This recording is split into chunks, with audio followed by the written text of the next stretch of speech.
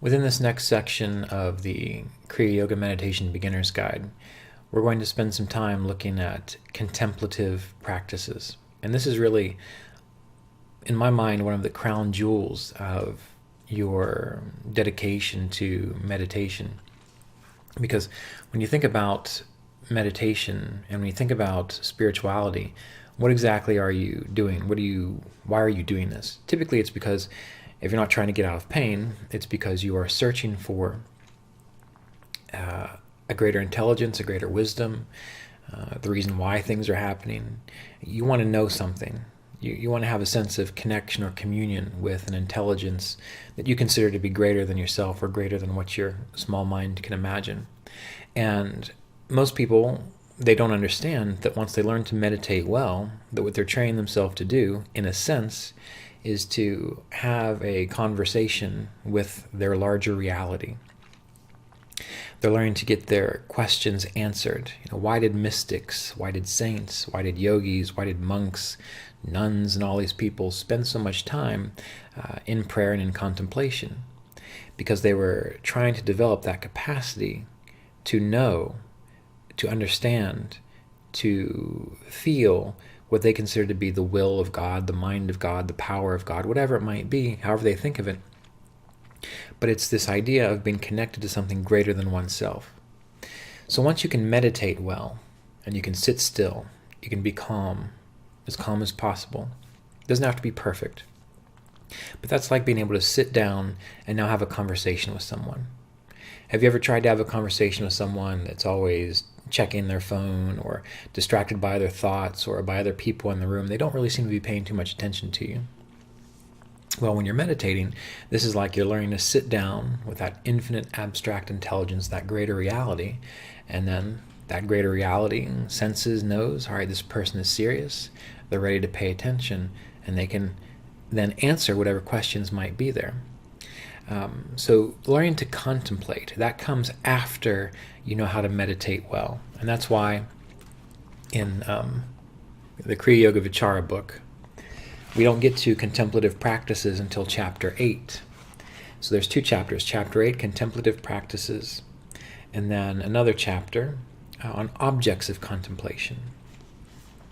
So what you want to do is, after you've perfected your ability to meditate, just to sit still, to be calm, to be clear, then you want to start including contemplation practices. And that can be contemplation on prayer. That can be contemplation on a spiritual text. It can be contemplation on questions that you have, spiritual questions that you have, and those are very important to explore. Many people, they get involved in spirituality and they want to know, why is there suffering in the world? Why is there this? Why is there that? What is the divine's plan, will for me? But you can actually get insights into that. You can actually have aha moments that will reveal that to you. Some of the times people don't really want the answer to those questions. They would rather they're asking the question, why is there pain and suffering in the world? Not because they really want to know what it's all about, because really they want to get rid of it. So when you approach your contemplative practices, you really have to make sure that the questions that you're asking are questions that you sincerely want to have answered. Spiritual questions and so on. And you have to be aware that as you begin practicing contemplation, that you might not necessarily have the skill set just yet to actually hear the response and the answer. What do I mean by that? Well, sometimes when you're contemplating a chapter in a book, or the Yoga Sutras, or like, for example, in chapter 9 of the Kriya Yoga Vichara book, I have some examples of things to contemplate. And I also have a list of sections from Vasista's Yoga, which provide excellent contemplation. So it may be that you ask the questions such as, what is spiritual love? Or, are we really alone? Or how can I feel and acknowledge my infinite internal connection with divine consciousness? You need to ask those questions and contemplate them daily. And then after you contemplate, You learn to sit again still, quiet as possible in meditation until the aha moment arises, until you have a sense of, all right, I get this, I see this now. It has been unlocked within my mind, if you want to think of it that way. And sometimes it'll come as words. Sometimes it'll just arise as a knowing. You just all of a sudden have a complete, accurate knowing of the why around the question that you are asking about. And you can't describe it to other people. You might not even be able to understand it exactly with words, but you just know exactly what it's all about. And so how do we do this? Well, first of all, as I mentioned, learn to meditate well as a foundation. Once you can do that, then you will start scheduling periods after your meditation techniques to simply sit as quiet as possible, bring your question into the meditation, and what I often like to do is write down exactly what I want to know and have it on a piece of paper in front of me. And then I read it to myself, and I close my eyes, and I think about it just a little bit, not to overly engage my mind, but just to think about, what exactly do I mean by this? What do I really want to know here? And then I sit breathing quietly, calmly. And then if my mind starts to wander or I get distracted, I look at the paper again, I read it, I recite it over again in my mind. And when I recite it and I ask the question, I don't just read it mechanically. I ask with enthusiasm, like as if I'm asking someone who really knows the answer. What is this all about? How can I understand this? So I ask it with enthusiasm, as though the person or thing or whatever it is that's listening, that greater reality, is listening and is putting together the answer so that I can understand it, so that I can process it. So my limited mind and personality can now say, aha, I get it. So there's the waiting in between the asking of the question, but there's also the enthusiasm behind the question. And that's not stress, that's not, oh God, please tell me. Although sometimes you might have to do that. It's more of just as though you're sitting down with someone and you know they know the answer, and you're going to be patient to ask the question, and then you'll be patient to wait for the answer to be revealed to you. And you'll do that. Who knows? You can do it as long as you want. 5-10 minutes is probably best for beginners, because eventually most people get bored and they wander off anyway. So you want to do it such that you are still engaged fully in it.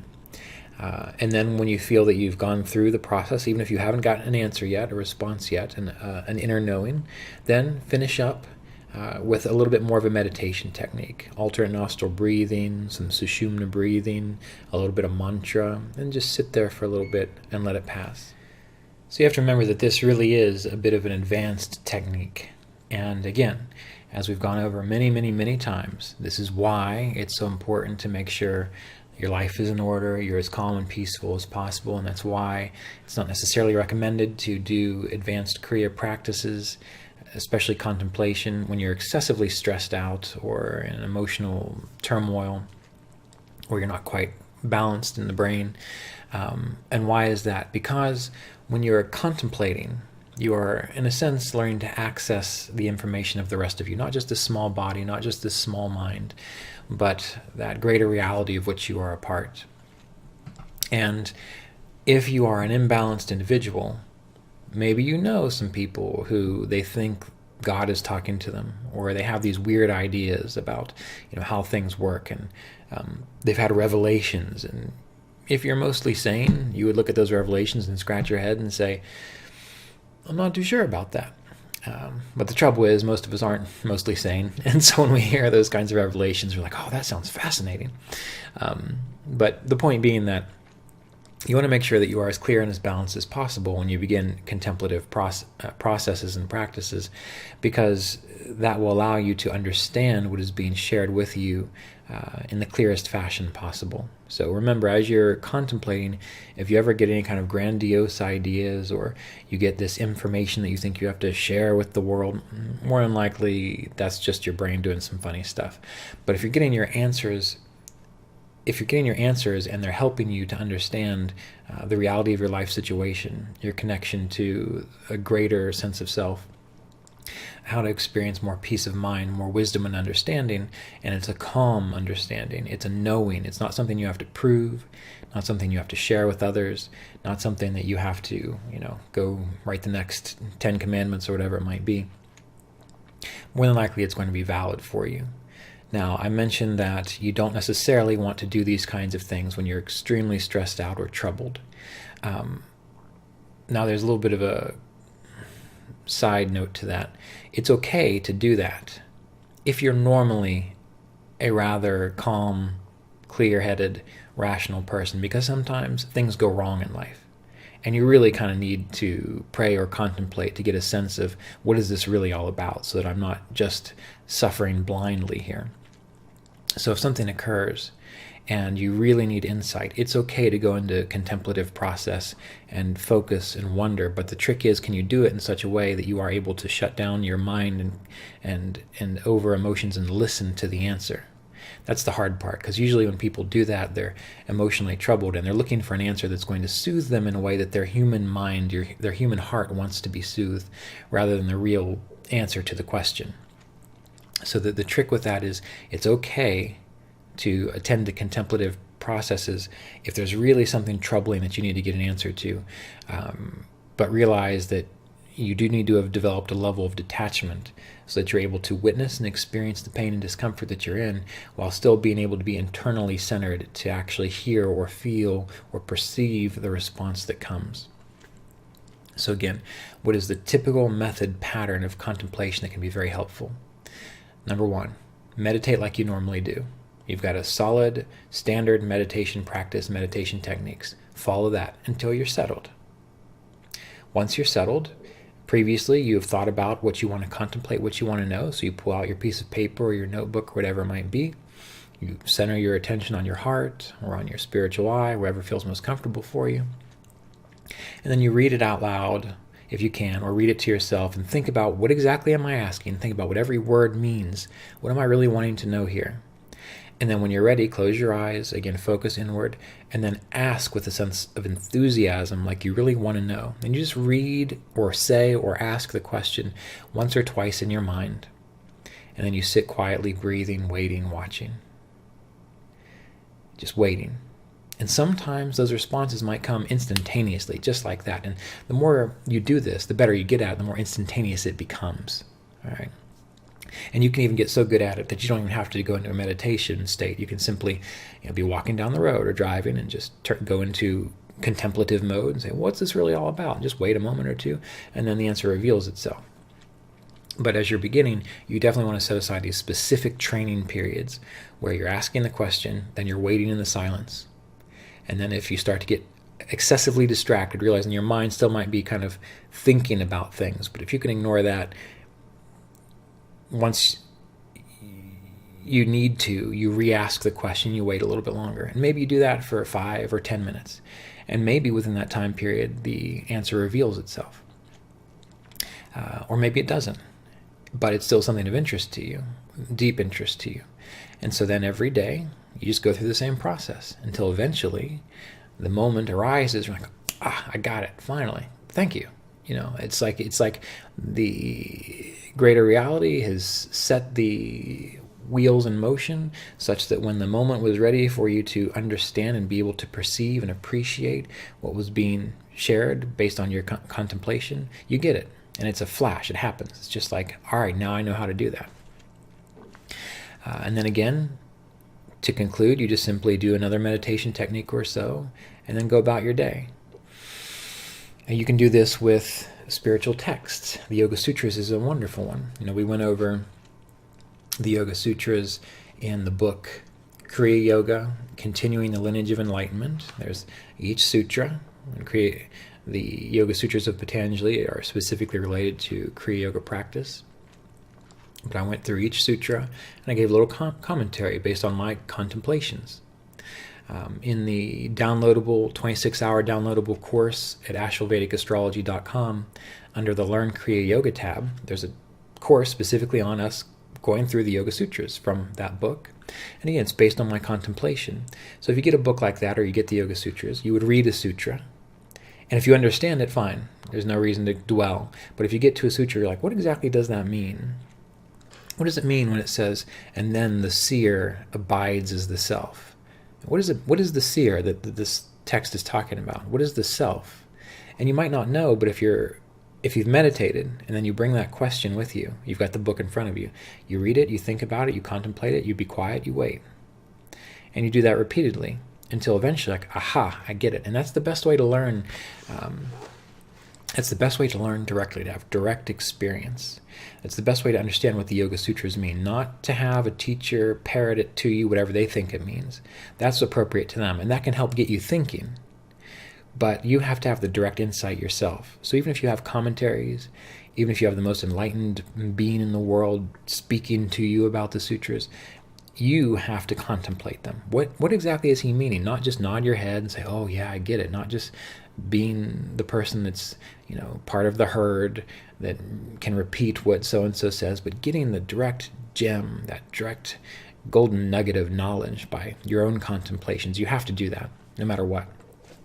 So you can do it with the Yoga Sutras. You can do it with Vasishtha's Yoga, one of my favorites. For example, let's just pull one out here. This is from, I believe, chapter 10 of the book Kriya Yoga Vichara. What if you read, death is but waking from a dream. Birth, which arises from a wish, is no more real than the wish, like waves in a mirage. So you would read that first, and you would have to kind of get a sense of, what do I think it means just in my mind, first of all? What do I think death is? What do I think about a dream? Birth, what's my idea of birth? Is it when I'm a baby and I just popped out? Or is it, what is birth to me? So death is but waking from a dream. Birth, which arises from a wish, is no more real than the wish, like waves in a mirage. And you have to think about it and contemplate and ask, what does this mean? And it's very interesting because as you practice contemplation, sometimes you'll find it's almost as though you're swimming in a stream of intelligent consciousness or a stream of wisdom where it just clicks, it just makes so much sense. And sometimes you have to kind of stand up and look around and, see where you are within this stream of consciousness, metaphorically in your mind. And sometimes when you're reading a particular passage, there might be something there that you don't want to think about. Consider this. Death is but waking from a dream. Birth, which arises from a wish, is no more real than the wish, like waves in a mirage. Well, that can be very threatening to some people, to say that birth, which arises from a wish, is no more real than the wish. You can contemplate that and say, well, so what you're saying is that this life and this birth and so on is ephemeral, is not important. And that can really threaten a person's sense of ego individuality or the real problem they seem to be having. So you might find that through your contemplative process, you are challenged. And that's part of the growing up into your deeper understanding of what you are, your relation to this greater reality, and your spiritual processes in general. So you need to find some texts that you enjoy reading, that you want some deeper insight into, and just include them as a little portion, 5 to 10 minute section of your meditation practice to help get you into the contemplation. And you can do this with any book, and it's very good to, when you read spiritual books, not just read through them and say, oh yes, I've read the Bhagavad Gita, and I've read Vasishtha's Yoga, and I've read the Agamas, and I've read the Brahma Sutras, and I've read all of Ramana Maharshi's work. Oh, I've got that down. And I've read the Yoga Sutra. You can go on and on. But a lot of people do that just so that they can say, yes, see how well read and holy I am. And really, they haven't read it at all. They've just skimmed through it, and they can repeat some of the phrases. But these, if you just took one of these, just one, if you just took Ramana Maharshi's book, Who Am I?, which is a teeny-weeny little book, and you read that, and you contemplated it, what he's saying, and tried to figure out exactly what he was saying, that would be all you would need to read. Okay. If you took the Yoga Sutras, which really, if you put all the sutras together, there's 198, 200 or so of them. Small little text. And even the commentary, that I put together is, it's not that thick really. But there's so much in it that if you sat down and took your time to contemplate every sutra, you would not need any other text. So that's why this is so important, so that you move from the reader of spiritual literature, just to say that you've read it, to the person who understands what it's about. And they're all about the same thing, believe it or not. And then this allows you to generate the capacity to not only understand what you read or what anyone ever says, but it generates the capacity for you to be able to move into a contemplative state and get direct insight, direct knowing to all of your spiritual questions until you don't have any other questions, and then you're at peace. So that's why contemplative processes can be so important. And then, you can stand looking at that river of life, the river of knowledge flowing past you, and you can see with greater detachment and with greater vision and with greater depth, with hindsight and all these sorts of things, and really have a deep sense of what's going on. And then you won't feel confused, and you won't feel lost, you won't feel alone. All these things that cause you to seek out spirituality in the first place, they won't be an issue for you anymore. And then you'll be a fully awake, mature individual who is playing their role in the world, and, in a sense, is an inner sage. And the inner sage is not someone who, again, dresses the part, who acts a certain way, who talks a certain way. It's a person who can be their limited small self when it's appropriate, this body, this ego, this personality with all their quirks and idiosyncrasies and stupid things that they do or dumb things that they think. And then you can also close off your senses and focus on the greater reality and know that you are everything.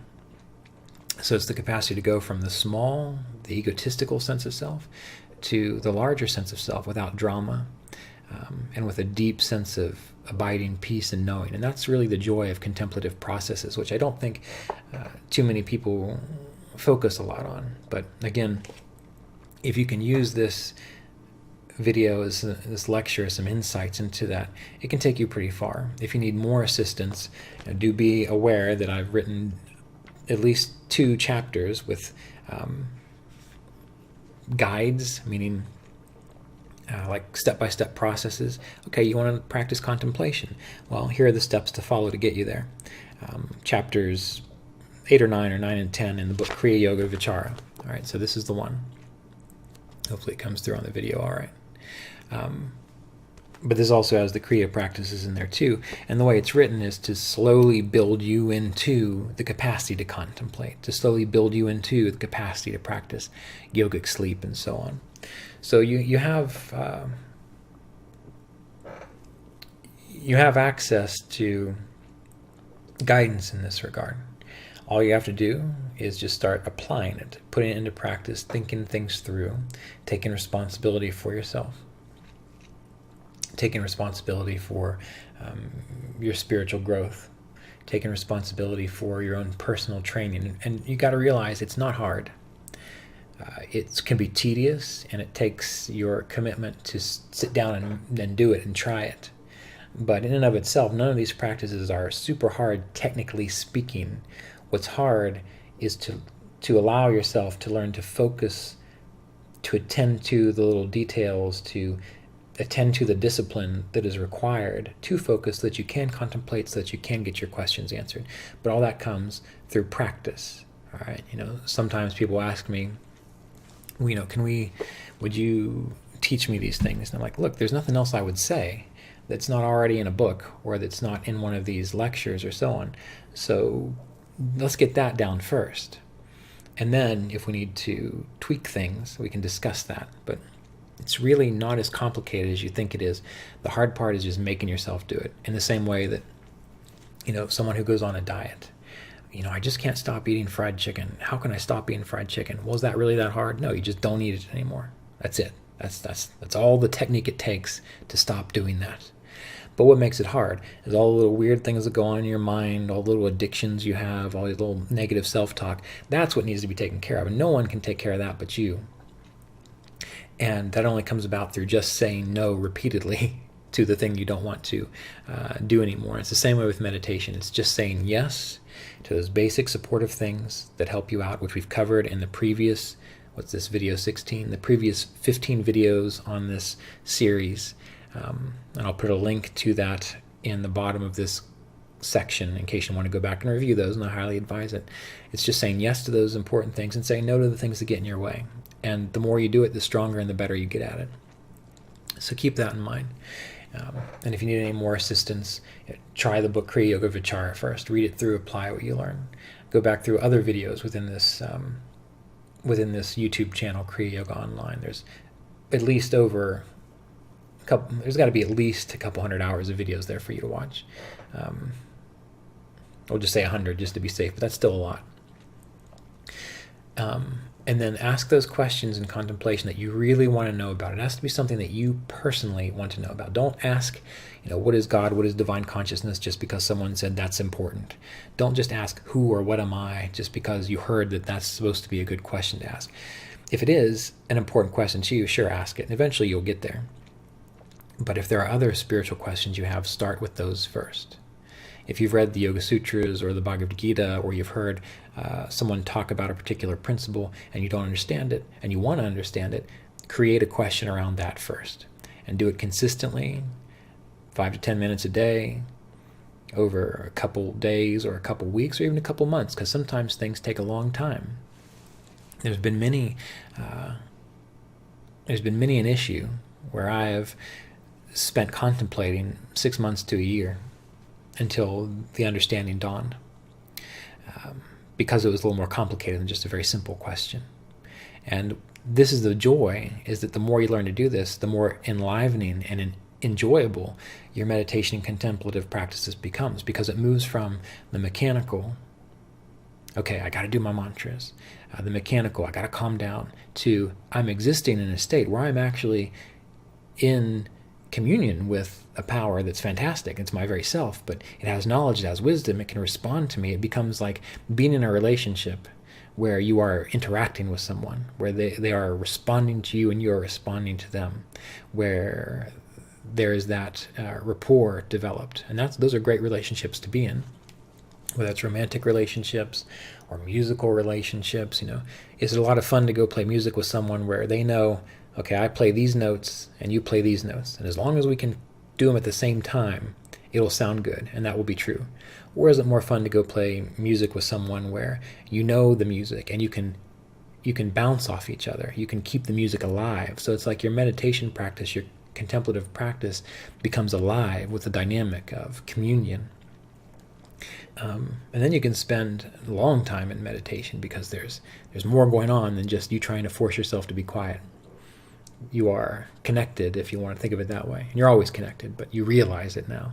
You can now have the conversations that you always wanted to have. So keep this in mind. And I think you'll find it to be a pretty worthwhile practice.